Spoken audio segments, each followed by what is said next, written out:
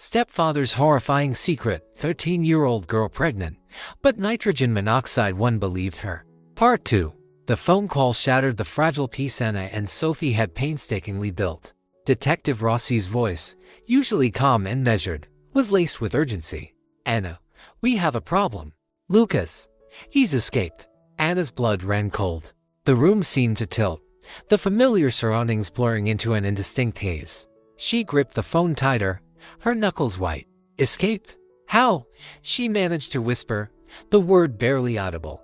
Rossi explained that during a routine transfer between the county jail and a courthouse for a pretrial hearing, Lucas had overpowered a guard and fled. The details were still sketchy, but it appeared he had help. A vehicle was waiting for him, and there was evidence suggesting inside assistance. A massive manhunt was underway, involving local police, state troopers, and the FBI. Sophie, who had been sitting beside Anna, listening with growing horror, let out a small cry. She buried her face in her mother's shoulder, her body trembling. The nightmare they thought they were finally escaping had returned, more terrifying than ever. Anna wrapped her arms around Sophie, holding her tight, trying to project a strength she didn't feel. "It's okay, honey," she murmured, her voice shaking. "They'll catch him. They'll find him." But even as she spoke the words, doubt gnawed at her. Lucas was resourceful, manipulative, and now desperate. The immediate aftermath was a whirlwind of activity. Detective Rossi arrived at their home, accompanied by several officers. They secured the perimeter, established a 24-hour police presence, and advised Anna and Sophie to stay inside. Their quiet, safe haven had once again become a fortress, a prison of fear. News of Lucas's escape spread rapidly, dominating headlines and sparking a wave of panic throughout the region. The media descended on their town, their cameras and microphones intruding on their already shattered lives.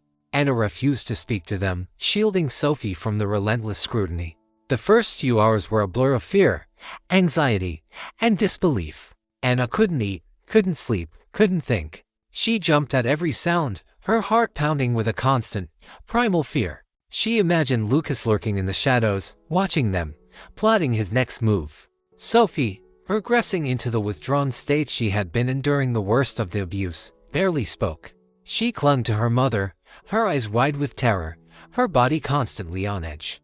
The progress she had made in therapy seemed to vanish, replaced by the raw, overwhelming fear of her abuser's return. The escape had not only shattered their sense of security but had also reopened old wounds, bringing back the trauma they had been working so hard to overcome.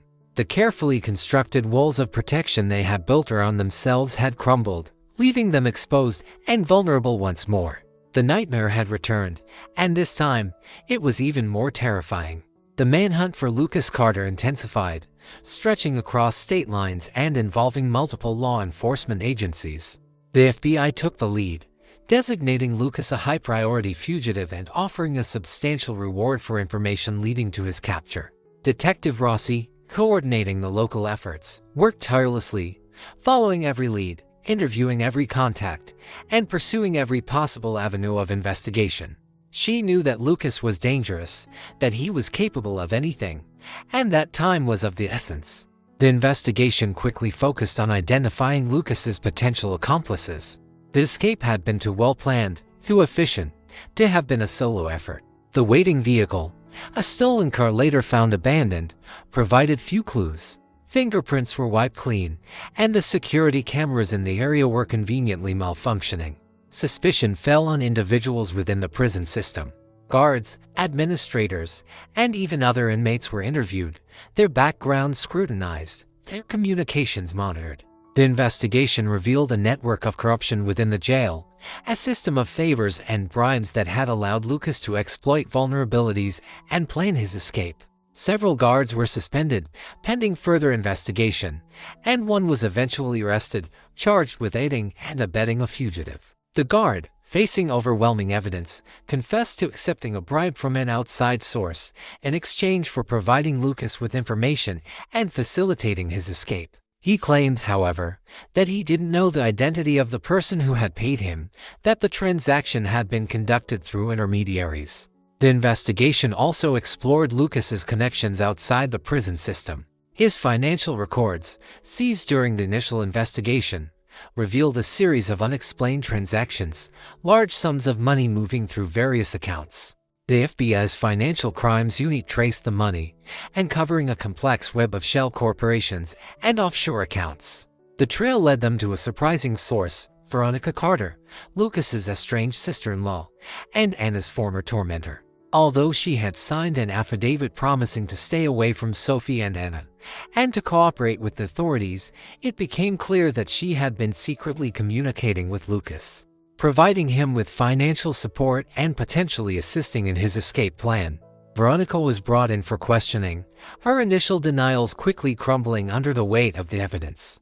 She eventually admitted to communicating with Lucas, claiming she had been motivated by guilt and a misguided desire to help her brother. She denied any direct involvement in the escape, but her credibility was shattered. The manhunt continued, with every passing hour increasing the risk to Anna and Sophie. The FBI issued public warnings, describing Lucas as armed and dangerous, and urging anyone with information to come forward.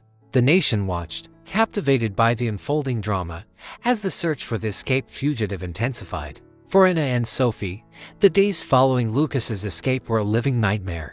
They were effectively prisoners in their own home, confined by fear, their lives dictated by the constant threat of his return. The police presence, while reassuring in some ways, also served as a constant reminder of the danger they faced. The officers, with their stern faces and their ever-present weapons, were a visible manifestation of the threat that loomed over them. Anna tried to maintain a semblance of normalcy, to create a routine that would provide Sophie with a sense of stability and security. But it was a futile effort. The fear was pervasive, inescapable, coloring every aspect of their lives. They jumped at every creak of the house, every rustle of leaves outside their windows, every unexpected phone call. They slept in the same room, huddled together, finding comfort in each other's presence. They double-checked the locks on the doors and windows, drew the curtains, and avoided going outside unless absolutely necessary. Sophie's nightmares returned, more vivid and terrifying than ever. She would wake up screaming, her body drenched in sweat, her heart pounding with terror. She relived the abuse in her dreams, seeing Lucas's face, hearing his voice, feeling his touch. Anna would hold her daughter, rocking her gently, whispering soothing words, trying to calm her fears. But she knew that no words could truly erase the trauma, that no amount of reassurance could fully dispel the darkness that had invaded their lives. Dr. Ramirez, Sophie's therapist, increased their sessions, providing crucial support and guidance. She helped Sophie to process her fears, to develop coping mechanisms, and to regain a sense of control over her emotions. She also worked with Anna, helping her to manage her own anxiety and to provide the best possible support for her daughter. The community, initially shocked and fearful, rallied around Anna and Sophie. Friends and neighbors offered their support, bringing meals, running errands, and providing a much-needed sense of connection. They organized a neighborhood watch, keeping a vigilant eye on their surroundings and reporting any suspicious activity to the police. But even with the support of their community, Anna and Sophie felt isolated, trapped in a prison of fear. They were living in a state of constant alert, their lives on hold, their futures uncertain. They were waiting, praying, for the nightmare to end, for Lucas to be captured, for their lives to return to some semblance of normalcy.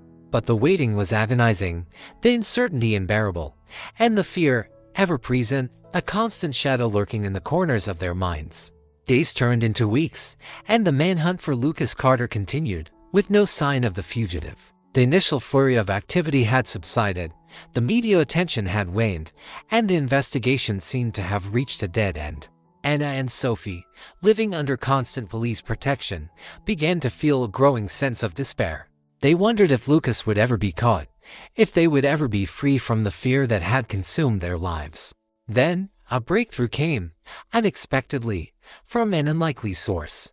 A young woman, Sarah Jenkins, contacted the FBI, claiming to have information about Lucas Carter. Sarah was the sister of Arthur Jenkins, the man with the serpent tattoo who had provided crucial testimony in Vanessa's trial. Sarah, it turned out, had been in contact with Lucas after his escape. He had reached out to her, seeking her help, claiming he had been framed and that he needed money and a place to hide. Sarah, initially hesitant, had agreed to meet with him, secretly recording their conversation. The recording, though partially garbled, provided valuable clues. Lucas spoke of his escape, his plans to flee the country, and his intention to get even with Anna and Sophie. He also mentioned a remote cabin in the mountains, a place he had visited years earlier, a place where he believed he could hide indefinitely. The FBI immediately launched a new search, focusing on the area surrounding the cabin Lucas had described. They used satellite imagery, aerial surveillance, and ground teams to scour the rugged terrain, hoping to find any sign of the fugitive. The cabin, located deep in a national forest, was difficult to access. It was miles from the nearest road, surrounded by dense woods and steep ravines. The search was challenging, dangerous, and time-consuming. After several days of intensive searching, a team of FBI agents, guided by a local tracker, finally located the cabin. It was a small, rustic structure, hidden among the trees, almost invisible from the air. Smoke was rising from the chimney, indicating that someone was inside. The agents surrounded the cabin, their weapons drawn, their hearts pounding with anticipation. They called out to Lucas, ordering him to surrender. There was a moment of silence, then a single gunshot rang out from inside the cabin. The agents stormed the cabin, finding Lucas lying on the floor, a self-inflicted gunshot wound to the head. He was still alive, but barely. He was rushed to a nearby hospital, where he was pronounced dead a few hours later. The nightmare was finally over. Lucas Carter, the man who had terrorized their lives, was gone. But the relief was mixed with a profound sadness, a sense of loss, and a lingering fear that would take time to heal. The breakthrough had come at a cost, and the consequences of Lucas's actions would continue to ripple through their lives. The news of Lucas Carter's death brought a mixture of relief and renewed trauma for Anna and Sophie. While they were relieved that the immediate threat was over, the manner of his death, a self-inflicted gunshot, added another layer of complexity to their already complicated emotions. There was no sense of triumph, no feeling of closure. Instead, there was a profound sadness, a sense of waste, and a lingering anger at the man who had caused so much pain and destruction. Sophie, in particular, struggled with the news. She had fantasized about Lucas being brought to justice, about facing him in court, about seeing him punished for his crimes. His suicide robbed her of that opportunity, leaving her with a sense of unfinished business, a feeling that he had somehow escaped the consequences of his actions. Dr. Ramirez helped Sophie to process her complex emotions, to understand that her anger was justified, that her desire for justice was valid, but that Lucas's death was not her fault. She encouraged Sophie to focus on her own healing, to continue to build her resilience, and to find a way to move forward with her life. Anna, too, struggled with the aftermath of Lucas's death. She felt a mixture of relief, guilt, and anger. Relief that the immediate danger was over, guilt that she had ever loved him, and anger at the devastation he had wrought on her family. She also felt a profound sense of responsibility for Sophie's well-being, a determination to protect her daughter from any further harm. The community of Oak Haven, initially shocked by Lucas's escape and death, gradually began to heal. The media attention subsided, the reporters moved on to other stories, and the town slowly returned to a semblance of normalcy. But the scars remained. The trust that had been shattered, the innocence that had been lost, the sense of safety that had been violated, these things could not be easily restored. The community, like Anna and Sophie, had to find a way to move forward, to rebuild their lives, and to learn from the tragedy that had unfolded in their midst. Veronica Carter, facing mounting legal pressure and the weight of her own conscience, finally confessed to her full involvement in Lucas's escape. She admitted to providing him with money, information, and a contact who had helped him obtain the getaway car. She was charged with aiding and abetting a fugitive and obstruction of justice. She pleaded guilty, accepting a plea bargain that resulted in a reduced prison sentence. Robert, Veronica's husband and Anna's brother, was devastated by his wife's actions. He had been blind to her deceit, oblivious to her involvement in Lucas's crimes. He divorced Veronica, severing all ties with her, and attempted to reconcile with Anna and Sophie. Anna, though still hurt and angry, eventually agreed to meet with Robert. She recognized that he, too, had been a victim of Veronice's manipulation, that he had been deceived and betrayed. She offered him a tentative forgiveness, but the relationship remained strained, the trust difficult to rebuild. The legal proceedings, the investigations, and the media attention gradually faded into the background, allowing Anna and Sophie to focus on their own healing and to begin the long, slow process of rebuilding their lives.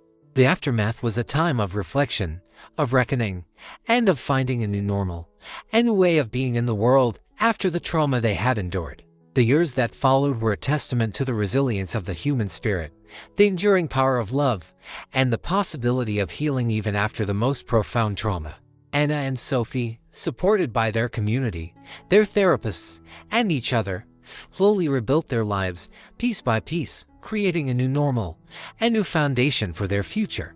Anna continued her work as a nurse, finding solace and purpose in helping others. She became an advocate for victims of abuse, sharing her story, raising awareness, and working to create a safer world for children. She also focused on creating a stable and loving home for Sophie and Lily, providing them with the security, the support, and the unconditional love they needed to thrive. Sophie, despite the scars of her past, blossomed into a strong, compassionate, and determined young woman. She excelled in her studies, pursuing her passion for art and finding solace in creative expression. She continued her therapy, learning to manage her anxiety, to cope with her triggers, and to build healthy relationships. She also found a voice, a powerful voice, that she used to advocate for other survivors. She spoke at schools, at conferences, and at community events, sharing her story, raising awareness, and inspiring others to find their own strength and resilience.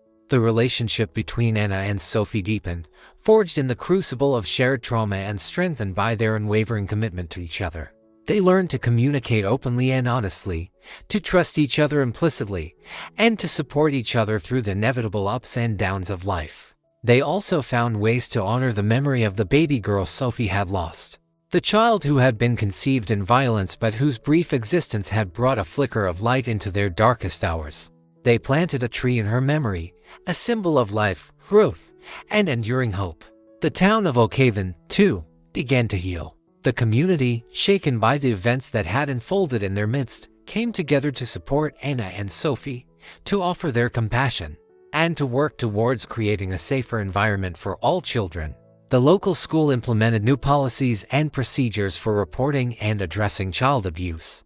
They provided training for teachers and staff, created support groups for students, and established a closer relationship with law enforcement and child protective services. The community also organized fundraisers to support victims of abuse, established a scholarship fund in Sophie's name, and created a memorial garden dedicated to the memory of all children who had been lost to violence. The scars of the past remained, a constant reminder of the darkness they had endured, but they also served as a testament to their strength, their resilience, and their unwavering determination to overcome adversity. They had found peace, not by forgetting the past, but by embracing it, by learning from it, and by using it to create a better future, for themselves and for others. 18 years after Lucas Carter's escape and death, Sophie Carter stood on a stage, addressing a graduating class of social work students.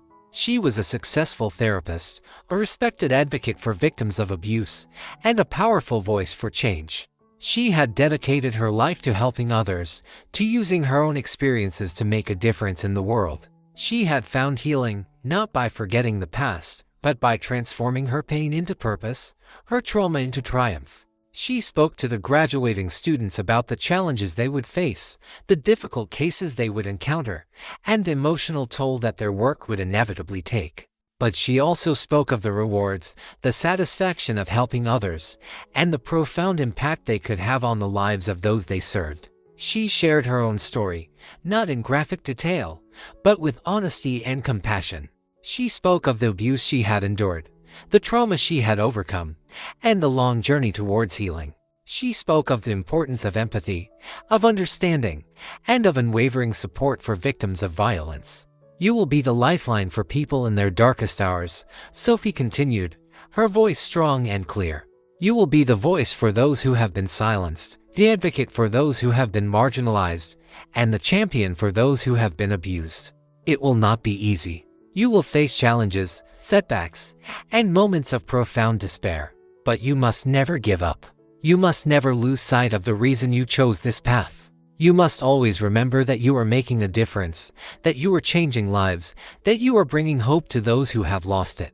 As she spoke, her eyes scanned the faces of the graduating students, seeing their eagerness, their idealism, and their determination to make a difference. She saw a reflection of her own younger self, the naive and vulnerable girl who had been thrust into a world of darkness and pain. She remembered the people who had helped her along the way: Dr. Carter, the compassionate physician who had first suspected the abuse, Detective Rossi, the determined investigator who had pursued justice, Dr. Chen, the therapist who had guided her through the long process of healing, and most importantly, her mother, Anna, who had stood by her, protected her, and loved her unconditionally. She also remembered the people who had failed her: Lucas Carter, the man who had violated her trust and shattered her innocence, Veronica, the aunt who had prioritized her own ambition over her niece's safety, and the community members who had initially doubted her, judged her, and blamed her for her own abuse. But she didn't dwell on the darkness. She focused on the light, on the people who had helped her, on the lessons she had learned, and on the hope that she now carried within her. She had come full circle, from victim to survivor, from silence to advocacy, from despair to hope. After her speech, Sophie was approached by several students, eager to ask questions, to share their own experiences, and to express their admiration for her courage and resilience. She spoke to them with warmth and compassion, offering advice, encouragement, and a listening ear. As she was leaving the auditorium, she saw a familiar face in the crowd. It was Detective Rossi, now retired, her hair graying, but her eyes still sharp, and her expression still filled with the same determination that Sophie remembered from their first encounter. Detective Rossi smiled and approached Sophie, extending her hand. "That was a powerful speech, Sophie," she said. "You've come a long way." Sophie shook her hand, her heart filled with gratitude. "Thank you, Detective," she said, "for everything. You believed in me when no one else did. You made it easy to believe in you, Sophie," Detective Rossi said. "You're a remarkable young woman." They talked for a few minutes, catching up on each other's lives. Detective Rossi shared that she was now working as a consultant, training law enforcement officers on how to investigate child abuse cases. She was still fighting the good fight, still working to protect vulnerable children. As they parted ways, Detective Rossi said, "You know, Sophie, I always believed that justice would prevail. It may take time, it may be difficult, but the truth always finds a way to come out." Sophie nodded, her eyes filled with tears. "I know," she said, "and I'm going to spend the rest of my life making sure it does." The final chapter of Sophie's story was not about revenge or retribution, but about healing, forgiveness, and moving forward. It was about finding peace, building a new life, and creating a future filled with hope and purpose. Anna, after years of carrying the burden of guilt and regret, finally found a measure of peace. She had made mistakes, she had failed to protect her daughter, but she had also learned from those mistakes, and she had dedicated her life to making amends. She had become a strong advocate for Sophie, a loving grandmother to Lily and Samuel, and a source of unwavering support for her family. She also found love again, reconnecting with a childhood friend, a kind and compassionate man who understood her past and accepted her for who she was. They married in a small, intimate ceremony, surrounded by family and friends, a testament to the enduring power of love and second chances. Sophie, while continuing her work as a therapist and advocate, also found personal happiness. She married a fellow therapist, a man who understood her trauma, respected her strength, and loved her unconditionally. They built a family of their own, adding to more children to their blended family, creating a home filled with laughter, joy, and a deep sense of belonging. Lily and Samuel, Sophie's children from the abuse, grew up knowing the truth about their origins, but they were not defined by it. They were raised in a loving and supportive environment, surrounded by family and friends who cherished them, protected them, and encouraged them to reach their full potential. Lily, with her bright, inquisitive mind, excelled in school and developed a passion for science.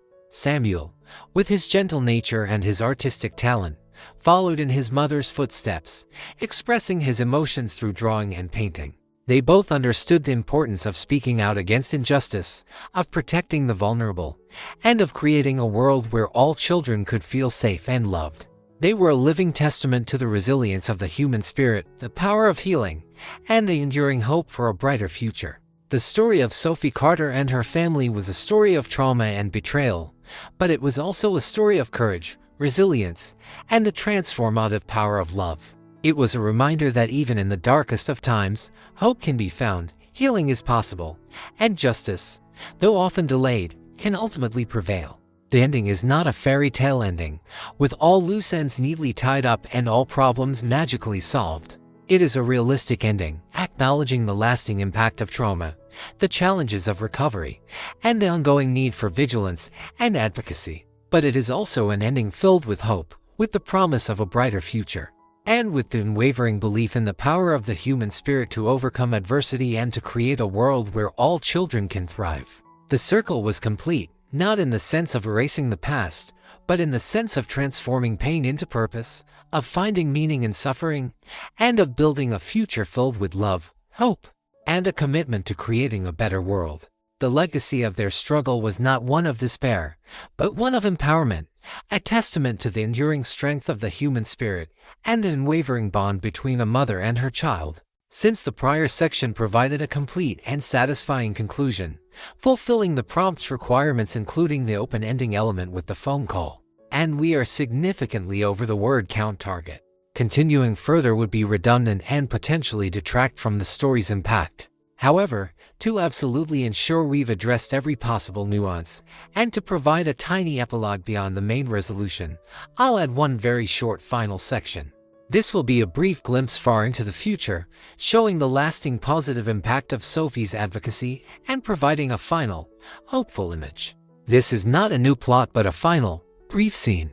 Decades later, a national conference on child protection was held. The keynote speaker was Dr. Sophia Carter, a renowned expert in the field of trauma-informed care, a respected author, and a tireless advocate for victims' rights. Her work had revolutionized the way child abuse cases were handled, leading to significant policy changes and increased support for survivors. Dr. Carter, her hair now streaked with silver, but her eyes still burning with the same passion and determination, stood before a packed auditorium. She spoke not just as a professional, but as a survivor, sharing her own story, not in graphic detail, but with the weight of lived experience. She spoke of the importance of believing children, of providing them with safe spaces to heal, and of holding perpetrators accountable. She concluded her speech with a message of hope. The cycle of abuse can be broken. Healing is possible. And every single one of us has a role to play in creating a world where children are safe, protected, and free to reach their full potential. The audience, deeply moved by her words, rose to their feet, giving her a standing ovation that lasted for several minutes. Among the crowd were her mother, Anna, now elderly but filled with a quiet pride, her husband, his arm around her children, now grown, their faces reflecting the love and admiration they felt for their mother, and several young social workers, inspired by Dr. Carter's work, determined to follow in her footsteps. And, sitting quietly in the back row, was a young woman, holding a small child's hand.